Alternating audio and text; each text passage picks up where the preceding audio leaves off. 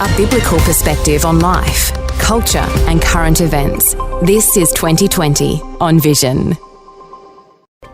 On a Thursday, we like to check in with Family Voice Australia. Andrew McColl is the Family Voice Australia State Director for Queensland.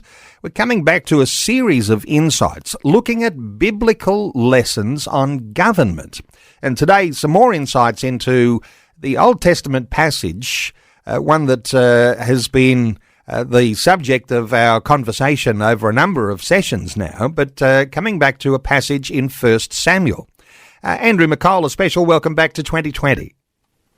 Good morning, Neil, and good morning, listeners.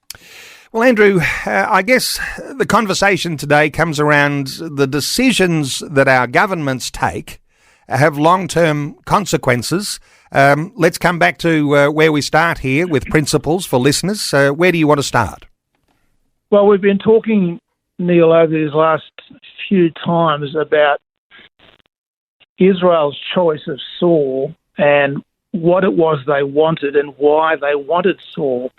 And we have this long book, 31 chapters of 1 Samuel, where we find ourselves, after they've made this choice, they said that they wanted a king like all the other nations. And when Samuel warned them plainly about what this fellow would be like, they said, no, this is what we want.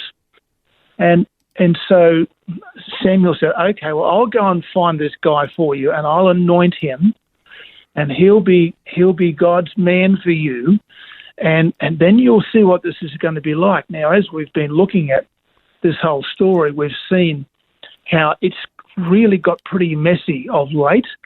And we've gotten through to a text from 1 Samuel 22, and which I'll read in a few moments. But how can a man who's been chosen by God and anointed by his prophet descend to murdering women and children? Well, actually, it's pretty easy. Saul set aside his instructions, reverting to believing things about God, himself, the world, and others that were simply not true. So what does this show us? And as you read just a few moments ago, Neil, godless ideology may seem innocuous for a while, but it ultimately shows its destructiveness. So the Bible tells us in 1 Samuel 22, verses 18 and 19, then the king said to Doeg, you turn around and attack the priests. And Doeg the Edomite turned around and attacked the priests and killed that day 85 men who wore the linen ephod. And he struck Nob, the city of the priests, with the edge of the sword, both men and women, children and infants. Also oxen, donkeys, and sheep he struck with the edge of the sword. So, as we've been saying, Saul had been chosen and anointed, but the task of kingship, requiring his obedience and humility, were way beyond him. The further he went on, the more this was evident. And this was a reflection not just on him, but on those that wanted such a person to rule over them. God had plainly told them in 1 Samuel chapter 8 what he'd be like, but still they were determined to have such a person. And coming back to a biblical basis, it's very enlightening, actually, even to look into a passage like that. And I guess we ought not be ignorant that the leaders we elect, those that rule over us in that sense here, even in our democracy, that they won't be great. We've already been warned by God about what leaders do when they replace God as king. Let's talk some practical ways in how this might work in a society like ours here in Australia. Where do we start here, Andrew? Well, there are quite a number of places where we could start now, but let's think about something called public health in Australia. So whenever children are not considered biblically as little people made in the image of God, we can be sure they may be subjected to abuse, even by courts, politicians, government departments, and even doctors. They can become a vehicle for someone's bizarre and dark agenda. And there's nothing new about this in human history. Today, with the sanction of 7 state and federal health departments, we abort around 90,000 babies a year. Now, Jesus warned us See that you do not despise one of these little ones. For I say to you that their angels in heaven continually see the face of my Father who is in heaven. That's Matthew 18, verse 10. So with transgender, those same departments have made no assessments of its long-term implications, and clearly there are major risks, including sterilisation. These things seem to be ignored, but rejecting the fundamentals of medical ethics can only produce confusion and harm. A Canadian father in 2018 was informed that a hospital would commence hormone-altering medications for his daughter, aged 13. According to Canadian law, doctors can now administer these drugs without parental consent. When the father spoke out concerning this, he was arrested and fined $30,000 for misgendering his daughter. He later claimed that misgendering my child was the equivalent of family violence. This generation of children are the lab rats. So if we're making some application here, even in Australia, when you've got parents who are likely to be criminalised because they are doing their very best to try and protect their own children, that's sort of got a little bit of an alignment there, even to that Canadian story. What else can we ascertain around Australia? Well, we have to ask ourselves the question, is this professional incompetence? And Dr. Andrew Amos from James Cook University has highlighted the important findings of the Cass report, which many of us would have read or certainly heard of. As he puts it, there was no high-quality evidence that gender-affirming care actually improves kids' health or mental health. He also says that the blueprint for gender medicine for kids in Australia is incompetent and it's biased. Now, here in Queensland, the psychiatrist Dr. Gillian Spencer was stood down in April 2023 because she said, I was concerned about the increasing number of children and adolescents, especially biological females, presenting with gender dysphoria in the context of comorbid mental health diagnosis and complex psychological issues, including trauma. Dr. Spencer writes in her complaint, I became very concerned about the potential harm our hospital was doing in immediately using preferred pronouns that unquestioningly affirmed a child's perceived identity and sets them on a treatment pathway of intervention that purports to transition a young person into an identity that they are likely to outgrow if interventions of this kind are not applied. Dr. Hilary Cass, who wrote the well-respected Cass Review, recently added that evidence in this gender medicine field was strikingly lower than other areas, even in paediatrics. I can't think of any other situation where we give life-altering treatments and don't have enough understanding about what's happening to those young people in adulthood. Now, once again, Dr. John Whitehall, the Australian doctor, wrote to the then Federal Minister for Health, Greg Hunt, in August 2019, in a document co-signed by 260 doctors requesting a parliamentary inquiry into transgenderism with Australian children. But did he get a reply? No, he did not. Presently, six of our seven Australian state and federal health departments are complicit with transgender ideology. So when our governments say they care for your health, what does that mean? What about our children? Jordan Peterson recently commented that we are sacrificing our children on the altar of far left-wing ideologies. This is worthy of a prison sentence. The Hippocratic Oath has been replaced with a delusion. We have lies followed by butchery. What makes this any different to Nazis experimenting with Jewish children? Is this public health or public butchery? And just recently, Senator Rennick has claimed that the infected blood scandal, just another one, is one other example of medical negligence and cover-ups in our medical system. So, coming back to consequences, and in the context of talking about this, with a biblical foundation there in 1 Samuel, consequences of godless incompetence, godlessness, doing away with what some will say common sense, others will say, hang on, that sounds like a biblical foundation to me. When those things are ignored, the consequences can be disastrous. What else can we reflect on here? Well, all of this goes back, Neil, to what people believe.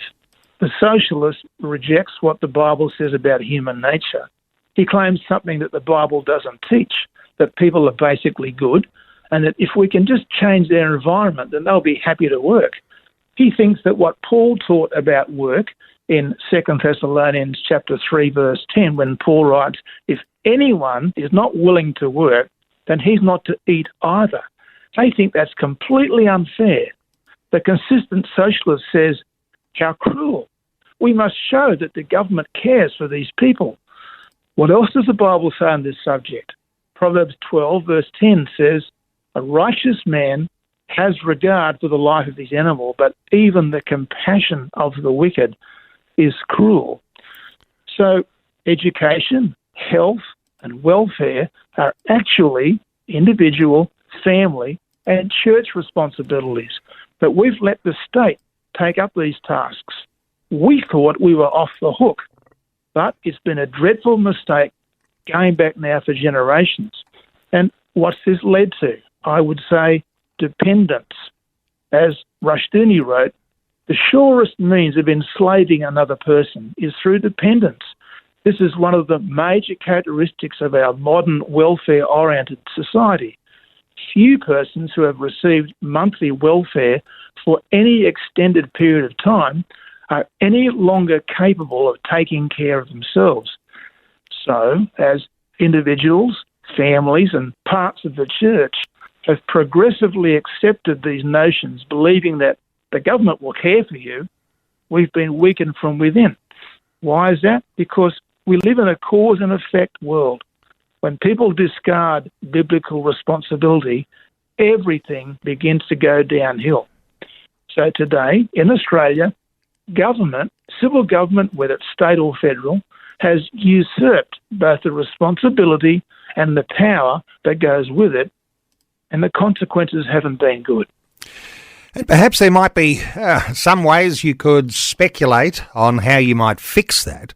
What I can hear from you when we talk about all of those different responsibilities that ought to be the families, but the government has usurped, would we think of government as being, in an ideal sense, actually empowering the family to be able to look after those elements of family life? And that sort of is a bit of a turnaround from where we are at present. Let's wrap things up here. How do we conclude a conversation like this around the consequences of bad decisions that governments make? What are your thoughts? Well, Israel's foolish choices in Samuel's era had terrible long-term consequences. Trying to defy God always brings us about. As the saying goes, play stupid games, get stupid prizes. And this is what socialism always leads to. Today, we are living now with some painful consequences, and nothing will change for the better without changes amongst the Lord's people. This begins with our thoughts and our actions, because you can't replace something with nothing. So, what must we do? Now it gets to the fun, doesn't it? Well, we Christians have multiple tasks before us, requiring our selfless, faithful and dogged responsibility and accountability to the Lord. There is much work to be done in our families, work, church and nation. Our refusal to change will lead to deepening problems and trouble with more painful repercussions for us all. We must learn, grow and be about our Father's business, steadily rebuilding the neglected but fundamental institutions of the family and the church. These are essential for any community's health and growth, but they've been ignored for generations. Then we might well inherit some biblical promises, like this one from Isaiah chapter 58, verse 12. And note the words beginning with "are." Those from among you will rebuild the ancient ruins. You will raise up the age-old foundations, and you will be called the repairer of the breach, the restorer of the streets in which to dwell. We have much to do. The question always comes back to, are we willing to do it, Neil? And, of course, it's a challenge for everyone. And we've got some elections on the way, and we're thinking about politics. We're thinking about government. We might be thinking about the consequences of the sorts of decisions and the way that government usurps responsibility from the family. And the interesting thing, though, here is when you think of a conversation like this and you think, oh, this must be a partisan conversation. And let me just ask you this quickly, because here in Australia and throughout the Western world, lots of the political sides, and you might think of, progressives and conservatives, but lots of times both sides look rather socialist. Any thoughts here? Because that sort of move left throughout much of the West really puts a lot of political ideologies all on the side of the left, and therefore against what we might be thinking as a firm foundation with a biblical foundation and the consequences you're talking about. A quick thought? Well, this is the thing there. We have to sort of set aside the party thing and say, now, wait a minute. Well, I know what the parties are telling us. That's fine. Thank you for those contributions. But what does the Bible tell us? What does the Bible tell us about government and what we should be expecting from government? Frankly, it's not much, and frankly, we've got to reevaluate our tasks as parents and as families and as church members, so that we begin to get our hands dirty with our own problems and dealing with those problems of the family.